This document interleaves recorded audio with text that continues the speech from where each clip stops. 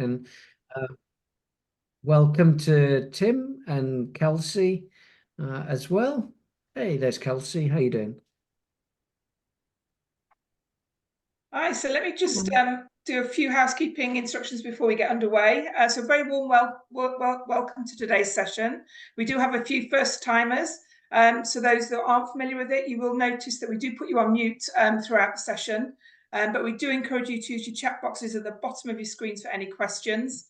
And I'm sure being a smaller group will take you off mute and get you involved during the session as well. We do record today's webinar. It will be available afterwards to you all, and it will be on our website, on our webinar on demand page as well. And that gives me great pleasure to hand over to Mark Cooper, who's taking us through today's session, evaluating conference venues through a social lens. Thanks, Mark. Awesome, that's great, Kate. And I see Natalie's coming in as well now, and hopefully we'll have a few more also. First of all, thank you for joining today. This is a wonderful warm-up because I'm going to be delivering this session to our friends at MPI at World Education Congress in Louisville, Kentucky in a couple of weeks.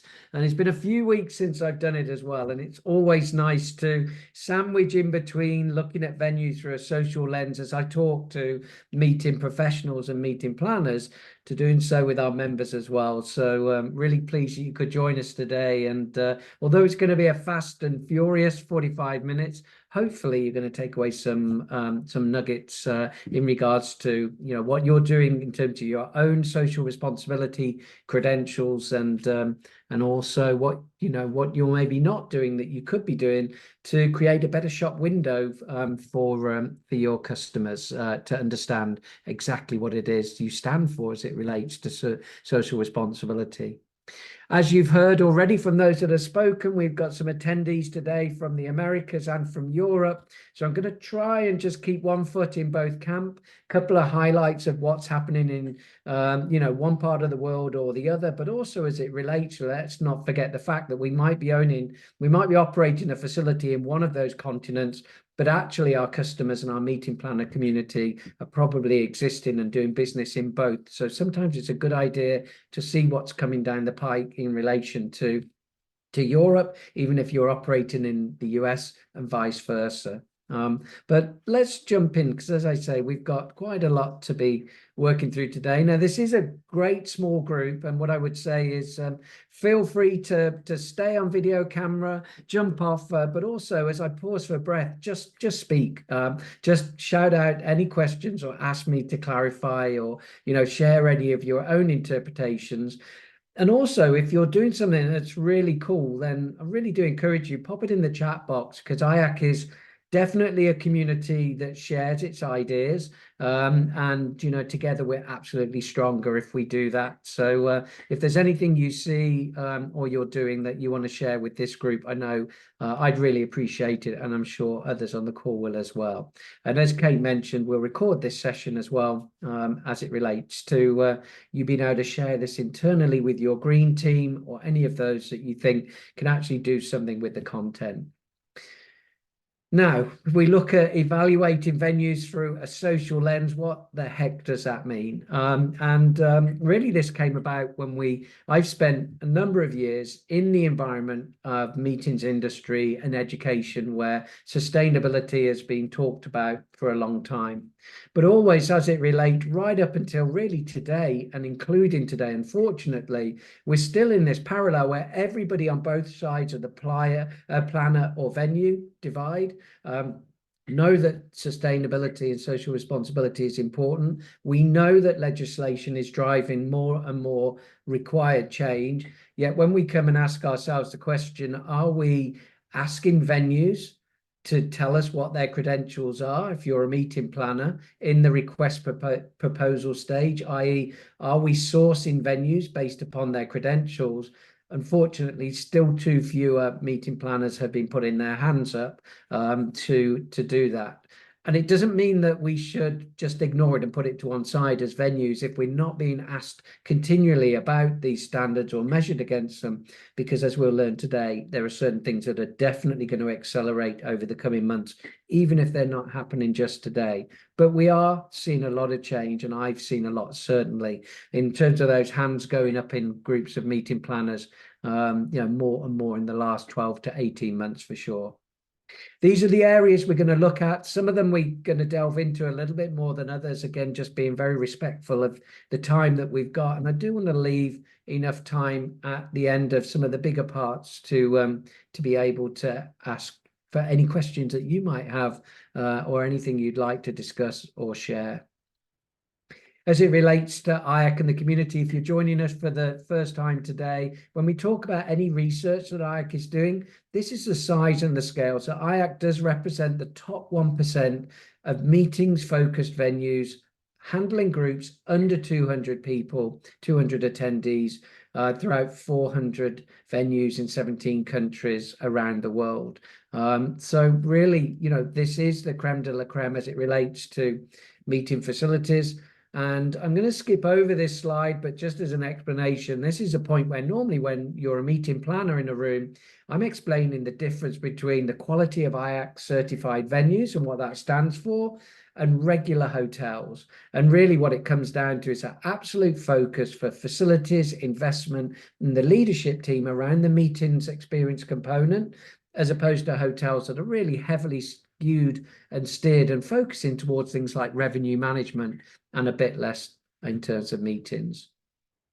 But I mentioned to you the world is changing. And if there's one clear example, it's when you look at organizations like Patagonia, who have been around for a little while now, and some of the decisions that those that are really at the top of the tree in terms of financial earnings and value, monetary value. You've got organizations here like the founder of Patagonia, who is giving all of his money and wealth away, not to his children and his family, but back into improving and combating climate change. And there's example after example after example of this being the social environment that we live in today, and those with the ability to make these sort of decisions are doing it. And it's not just down to people like the founder of Patagonia, but also organizations are doing exactly the same as well. Now, one of the biggest areas that we find is one of the challenges for meeting venues and sometimes ownership is that, really making the point that if planners don't make it obvious that they're evaluating us, as we said before, for our social credentials, then it's really difficult for investment to follow. So I really encourage you that when we're looking at these areas, as well as putting them in play yourself, ask your teams at a venue level to really pay attention to any questions they're being asked related to social responsibility or sustainability specifically, and to share those in your team meetings, because it's very easy for some of these questions to get hidden away in RFPs and not show the light of day. And we maybe think they're not being asked, where actually you'll start to see a sea change. And one of the saddest stories that's still very relevant today is, if we look at meeting planners who maybe have a manifesto to be a lot more socially responsibility when it comes to a lot more socially responsible when it comes to running their events, yet they failed to ask the right questions of venues and failed to get matched with venues in that right way, then you come up with the situation with PwC, which happened around 18 months ago in Texas, where PwC at an organizational level globally wanted to do a lot more around its meetings and conferences. It invested in this one event in Texas, $100,000 for one event, 300 people, and it gave all of its organizers the brief to actually not only make the event carbon neutral, but carbon positive, and to really pioneer change. And the organization and consultancies that they brought in to be able to do that, because they'd already contracted the wrong hotel, the wrong venue in relation to what it wanted to do and not, shut them down, and they invested $0 in it for reasons of upsetting other suppliers and contractors and unions. They really left it too late. They had great ambition, but they didn't get the right venue to be able to carry that through. So asking the question later down the line, are there any sustainability or social responsibility expectations you've got that we need to be aware of now? definitely puts you in a positive situation. And here's one of those examples of like what's literally coming down the road. In Europe, there's a initiative called the Corporate Sustainability Reporting Directive. And what that means is every organization of a certain size that exists and operates in Europe, whether it's running its meeting in Europe, in the UK, in America, in Asia, will have to report and disclose information on their ESG performance annually.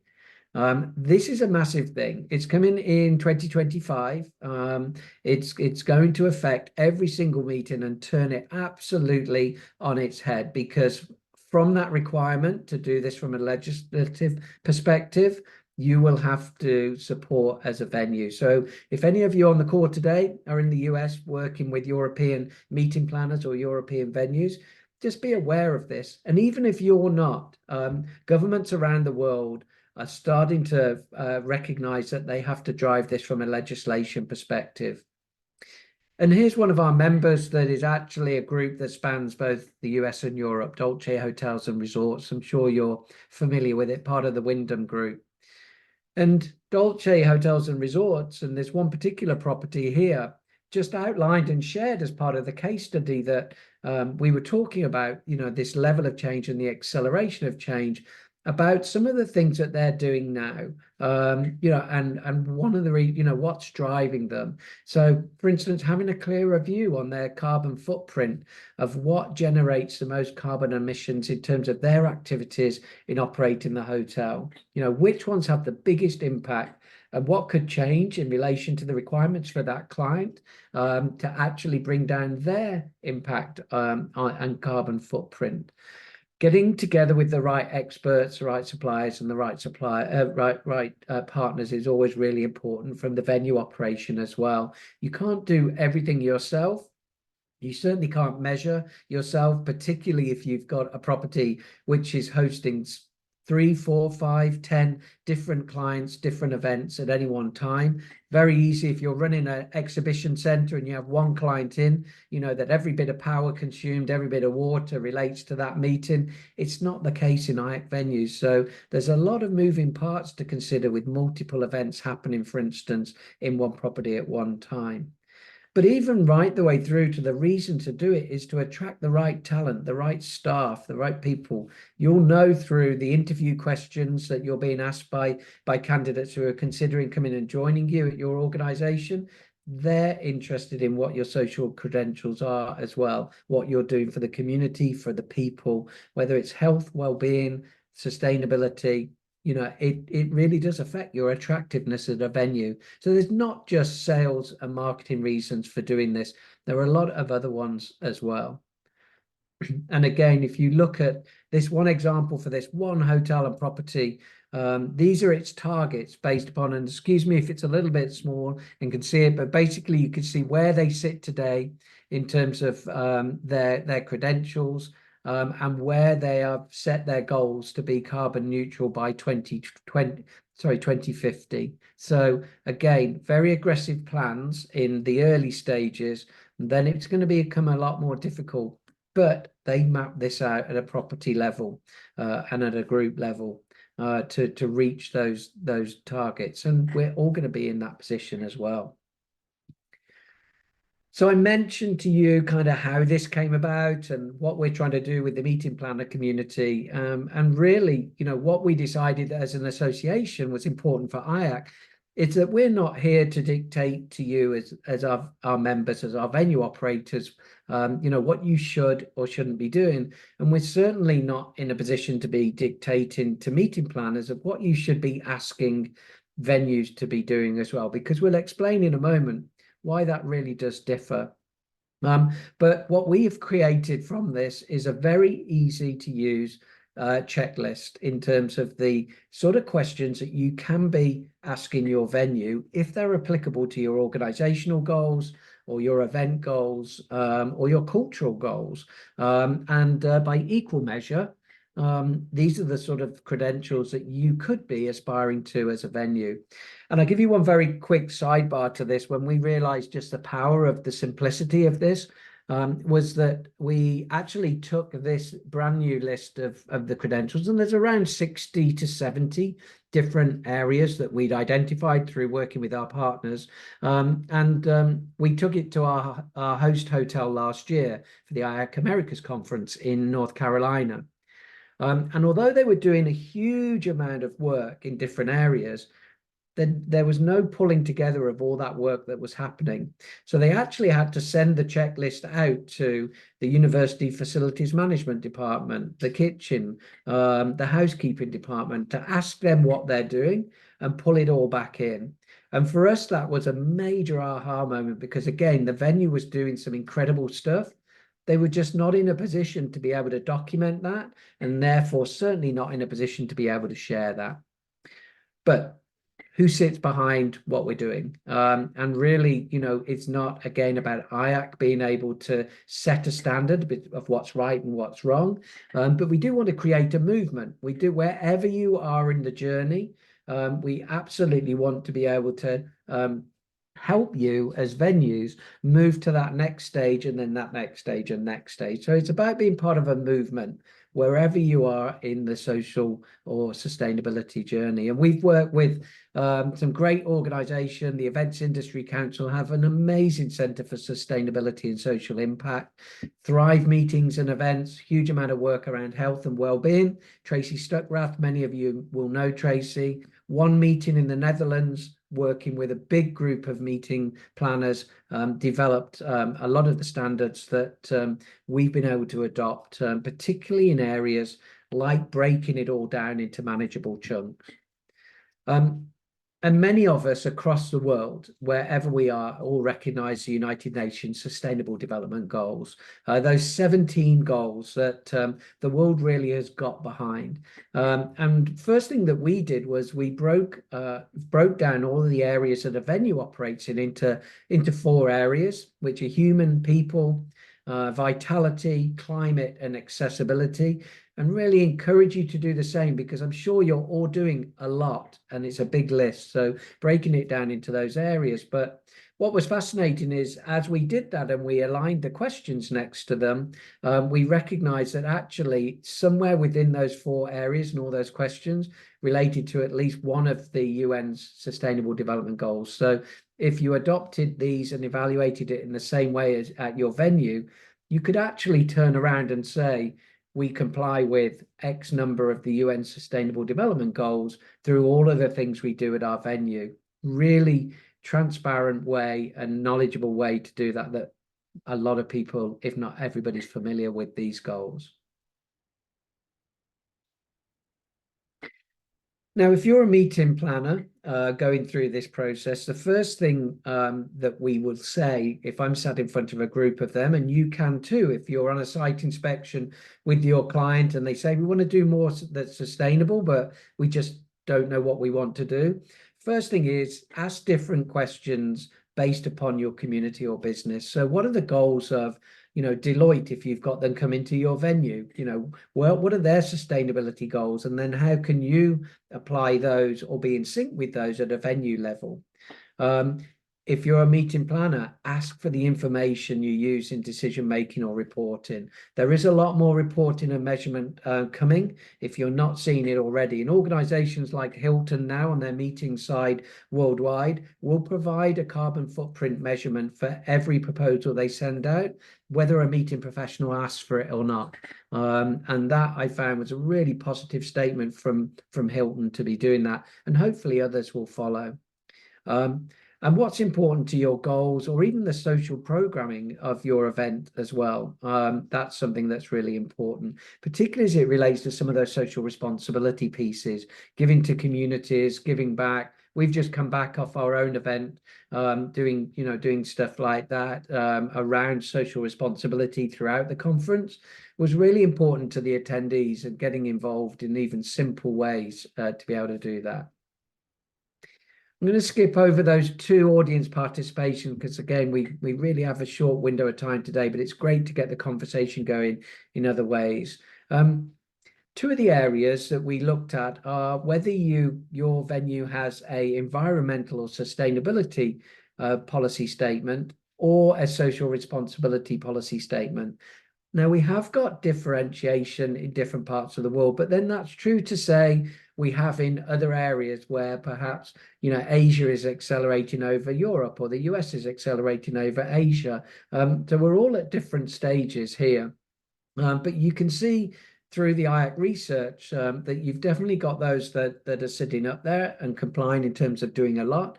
But you've also got areas that the industry is profoundly behind on, particularly if we don't want to be considered like the tobacco industries of the 80s. And we all remember kind of, how socially the tide turned against tobacco companies. Areas like the ability to donate unused food to local community and outreach programs, we know have been hampered by legislation, and the willingness has been there, but we've not been able to do it. Luckily, a lot of that is changing, and we are able now to do a lot more as it relates to that.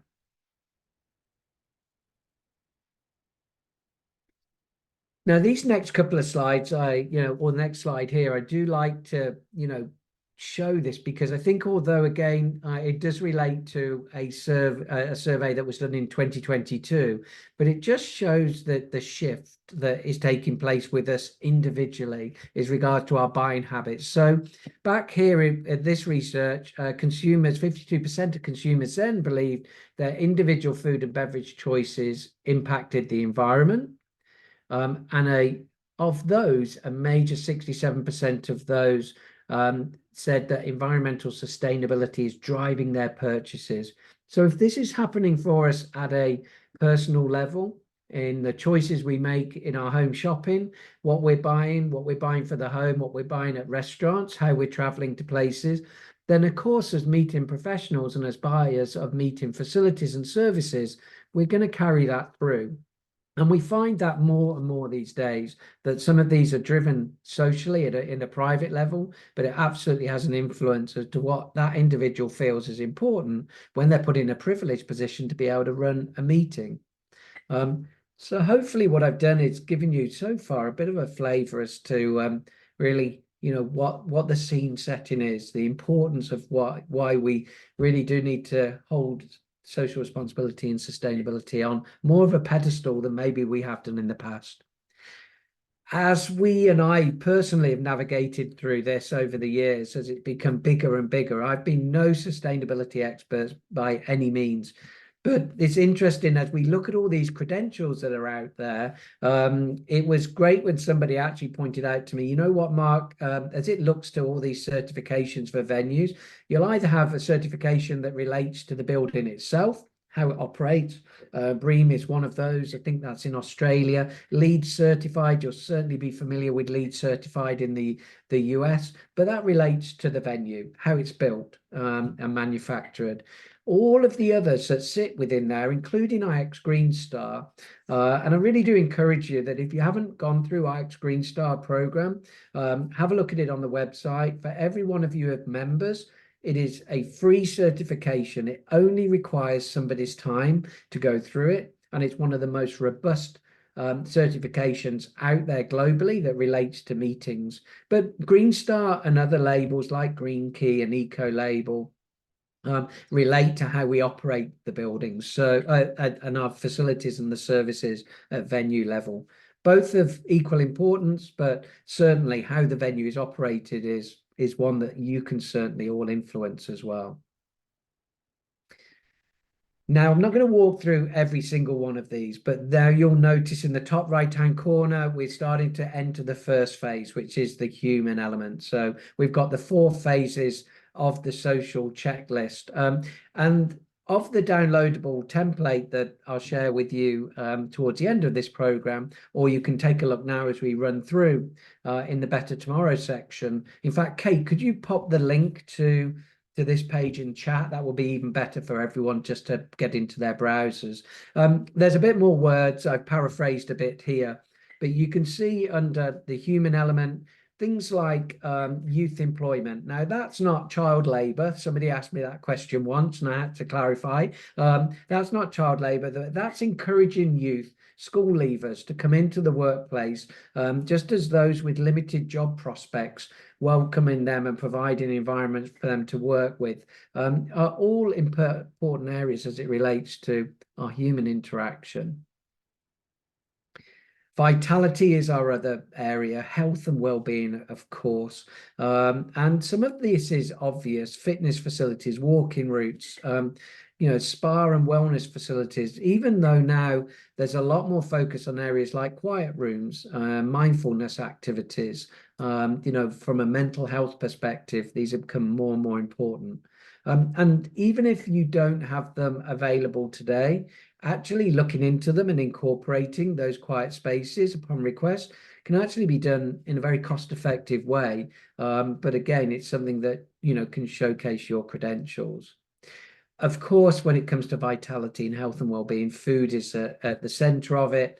And it continues to be more of a switch away from meat-based products to plant-based products. And even we're seeing venues that have taken the approach of, rather than asking for exceptional requests based to plant-based requirements or vegan or vegetarian, they've made plant-based the default. And organizations need to ask for meat-based menus if they want them. So standard being vegetarian, exceptional request meat-based, as opposed to the other way around. So we can see that point which we're at, where we're definitely, moving in a direction where health and well-being, particularly over days-long conferences and meetings, is really important. And in the third one here, you'll see a couple of examples where, you've got percentages. And what I encourage, you to think about is, as you look at your credentials, don't take that percentage as the absolute. Whatever your percentage is, it's worth talking about. So if you sit at 75% or 85% or 95%, working with your chef, your teams, whoever it is responsible for that, it's still worth shouting about. You're just documenting all the great work that you do. And within your organizations, I'm sure it's happening for you already. I know some of you on the call today represented by management companies and groups, and I'm sure you're investing your research and development into areas to, particularly around food service and delivery, where you're reducing waste, where you're putting health and well-being at the heart of it. Here, you've got live salad stations. This was with one member, Benchmark Hospitality. The presentation of buffets was reducing the size of the serving dishes right down and accelerating the turnover of those, so that you're left with less waste and there's less product coming out that's getting spoiled by heat, therefore not being able to be repurposed. So that's a really important part of what's ongoing within our organizations. Sometimes we do great, cool stuff in the background, but again, we failed to talk to our sales and marketing staff about all the great work that's going on, so that they can share that work with clients on site inspections and discussions. You will expect climate to be a big part of it as well, and it absolutely is. As you look at the RFP checklist, and again, just as a quick reminder, you can download this checklist in full as a Word document. And I really encourage you, as IAC members, you have the freedom to do anything you want with it. We say to meeting planners, you have the freedom to cut and paste any of those questions and adapt them and put them into your request for proposal for venues. But just as you are venues, you can pick them up and put them into your own documentation. And we've heard that some IAC members, are so proud of the work that they do, that they've actually evaluated this checklist in full, have been able to make statements like, our venue comply with 70 or deliver upon 70% of the IAC standards. And I encourage you to pick out any of these as a client of ours, put them into your RFPs that are important to you, even when you're looking to your next venue that may not be as great as our venue, or words to that effect. So really ways you can use this directly with your clients as well, to give them a tool to help find their meeting venue in other parts of the country or the world where it's not being delivered upon. moving away for one moment from just the areas of, of the questions that you can ask, again, as venue operators, sometimes we ask ourselves the questions of, well, how do we measure the impact of our meeting, or how do we compare our venue against others? The Sustainable Hospitality Alliance is a global organization. They have a hotel carbon measurement initiative. I'm really pleased to say that although at the beginning of this journey, there were so many measurement tools that came out that all measured in a different way. You could put your meeting into one of them. I mean, here, there's one TerraPass, there's one Consensus, there's another actually by BP, the oil company, which is surprisingly good.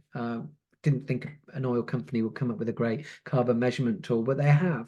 But one of the challenges in the past has been, as it's shown on this dashboard, you can put the same credentials in for your meeting, and one would come out with 228 metric tons of CO2, the other one 154 metric tons. So it's too much variation. Those variations are reducing, but what I would say is that pick a tool that you believe works for you. Another example is one that we've got here called the Greenview portal, which is global. But just look out for things like in the US, put your meeting in running it in Los Angeles and running it in New York, and see whether it's compensating for the fact that there is a long domestic travel to one part of the country, one end of the country to the next, or whether, for instance, it's considering that really alongside an international business trip or flight, because that's one of the challenges is, just how it measures travel to and from a conference and the distances that we're traveling. I think, though, I'm definitely not rubbishing any of these tools and metrics. I think the more we challenge each other to ask these questions, the better it will be. The more we will keep that on that path of being on a movement, being on a self-improvement movement as we move forward.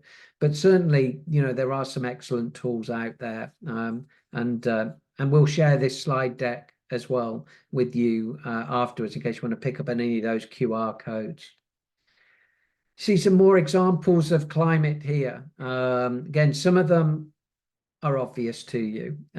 Others, maybe a little bit less obvious, like, reuse of materials, the circular economy, becoming a much bigger thing today than it was in the past. And then there is the question, when you've gone through all of this and you've maybe used one or two of the carbon measurement tools, and looked at it, you ask yourself the question, well, that's fine, we know what we're coming out with, but how do we compare to others? Are we good? Are we bad today? Can we sit back and look at something else? Do we have to try really hard? And as part of Cornell University's, huge amount of studies that they do worldwide, they do have, and I believe they've updated it from the screenshot I've got here, the Hotel Sustainability Benchmarking Index, where literally by city, by country, by continent, you can look at what the average CO2 outputs of meetings are and be able to compare where you're sitting against your competitor set. Now, I can't say that this will cover every city in every country, and certainly they're going to have a big influence on major cities in the US. But I do remember and I've seen that they are in Europe as well as other parts of the world. So, and Cornell are a respected organization, as we all know. More here as it relates to climate. I told you it was a big area. What's your vendor in environmental code of conduct? What alternative energy sources are you using? And what about your signage that you've got in your property? Is it all reusable? Again, some of these are really low-hanging fruit for you. Some of them you're doing already. Question is it documented? Can you talk to clients accurately about that? And if anyone still at this point in the presentation wonders whether this is really, important, and remember that reference I gave back to, I wasn't trying to be a sensationalist when I talked about let's not get labeled like the tobacco industries of the 80s, but the hospitality industry is at the heart of some of the biggest food waste that we see in modern living. And if we think that globally 33% of the food that we produce does not get consumed. That is a massive, massive number. So we are at the heart of it, whether we like it or not. But more importantly, I think we're at a position where actually we if we want to stand out from our competitors in this area, we can do more than a lot of industries can do, because it is still voluntary. It's not something that is enforced upon all of us. So it's easy to stand out and use it as a competitive advantage. We still as well have this this legislation challenge, although in some parts of the world, particularly Australia and some parts of Europe, it was very difficult to repurpose food and hold it and put it back into the community. But it is improving now. It is one of our biggest areas that we have to look out for and do more in. When we look to accessibility, this is not just about access for less abled attendees, although that's definitely a part of it, but accessibility in terms of your venue. Are you easy to get to? Are you close to train and rail stations? We've moved now from charging stations for one vehicle. We're seeing wherever somebody was 12 months ago, looking to put more and more and more charging stations in. Do you even have car and electric scooter charging stations and sharing spots as well? So there's a lot in relation to sustainability that you can do. Normally at this point, when I'm sat with a group of meeting planners or venues, I'd ask us to start thinking about ways that we could share what we're doing, because one of the biggest challenges that we have is that we do great stuff, we just are not educating our attendees. So remember, we could turn a really good story in terms of the venue that our clients have found and all the great stuff we're doing into a really good story if it's shared with our attendees at the meeting.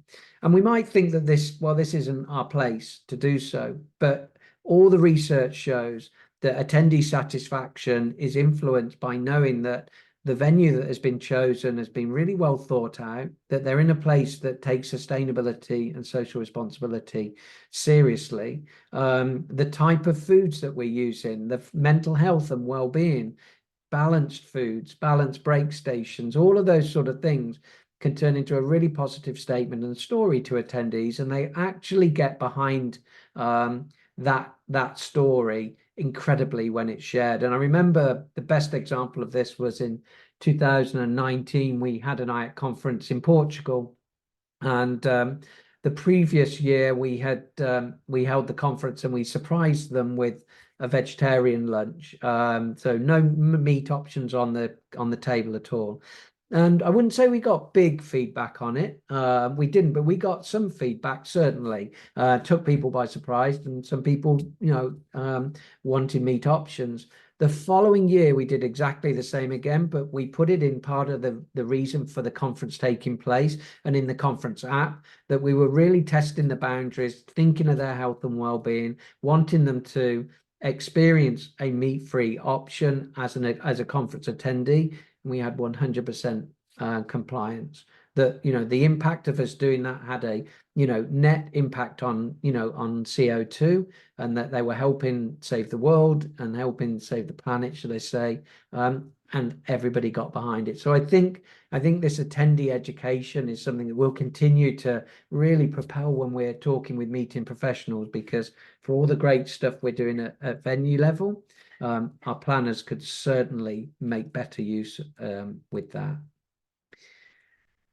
And we got through that very succinctly, I know, and a lot of information thrown your way, but really appreciate you sharing the journey with me. And with that, I'd like to open up to any questions that we've got. And Kate, I don't know if we've got any in the chat. No questions in the chat as yet. No question in the chat. So no, happy to stop sharing so that we can see each other. And has anyone got any thoughts or any questions, or indeed anything that you're doing along these lines that you've experienced, good or bad, in the work that you're doing, the sustainability? I'll pitch in there if I may, Mark. Sure. Yeah. No, I find it interesting because I think, as we might have chatted about last week, we work in an inherently poor industry for carbon footprint. I want people to fly and travel to my hotel or to my venue. So, and there is so much that we could do that it's really important, I think, that we do, similar to what you've been suggesting today, start to really understand the sectors that we should be working in. And you can't do everything, but actually, you know, what we're trying to do is really focus on what we think is important to us, to our stakeholders, to our customers. I'd love to do all 500 actions, but I simply don't have the time, energy, the money, or inclination to do it all. Not the inclination, actually, that's wrong. The time and the money is probably more important. So yeah, what we found at De Vere is that it's really important to understand what we're doing, to shout about it, because I think we do a lot more than we recognize that we do, if that makes sense. Yeah, we do. We've looked at a lot of our competitors, and then we've suddenly thought, oh, hold on, we do that, but we just don't tell anyone about it. So we've got a big focus in terms of our outreach, in terms of the communication from us to our customer base, for sure. I think you're absolutely right, Michael. And when you look at every department within a venue, you know, turning the objective into a form that means something to them is important. So for salespeople, I think it's totally fine to say, get the story right, understand the story, tell the story, because it will give you a competitive advantage for the next site inspection, the next venue they look at. That's great and gets them enthusiastic. But it'd be a very different proposition from a waste management perspective, where your executive chef and others are being measured against the amount of waste. And, you know, maybe being incentivized against reducing that as well. And there's some great tools out to do it. So I think there's different ways of motivating and getting people involved. But you're right. I think everybody who went through this, if you just start to look at it, you'd realize how hard it is to understand what you're doing in totality today.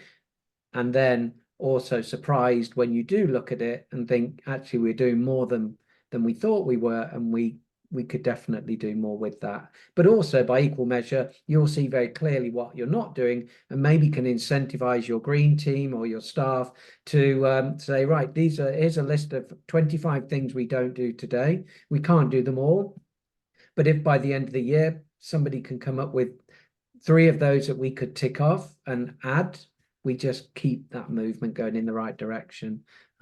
Visibility. And great, thank you. Any other questions or any other observations to share? Okay, well, on that note, I'll thank you all. It's great to join you. Appreciate you joining the webinar today. There are so many, as Kate said, webinars coming up. When's our next webinar, Kate? So our next one is on the 9th of May, same time, and it's on AI. Okay, artificial intelligence, there's a very different one, but still a hot topic as well. Share anything that you are doing that's great in the IAC Better Tomorrow Knowledge Hub. They're great for case studies, and also take a look in there for any other ideas and notes. But appreciate you taking this topic seriously. It's always great to see you guys, and looking forward to seeing you soon. And Michael, I'll see you tomorrow. Looking forward to coming to that beautiful property. Everyone's now envious. That's just my house. Yeah. All right. They're all coming. We're all coming now. Absolutely. All welcome. Okay. Thank you, Mark. Take care all. Have a Thank great you. Thank you, Tuesday. Mark. Bye. Bye-bye. Bye. Bye-bye.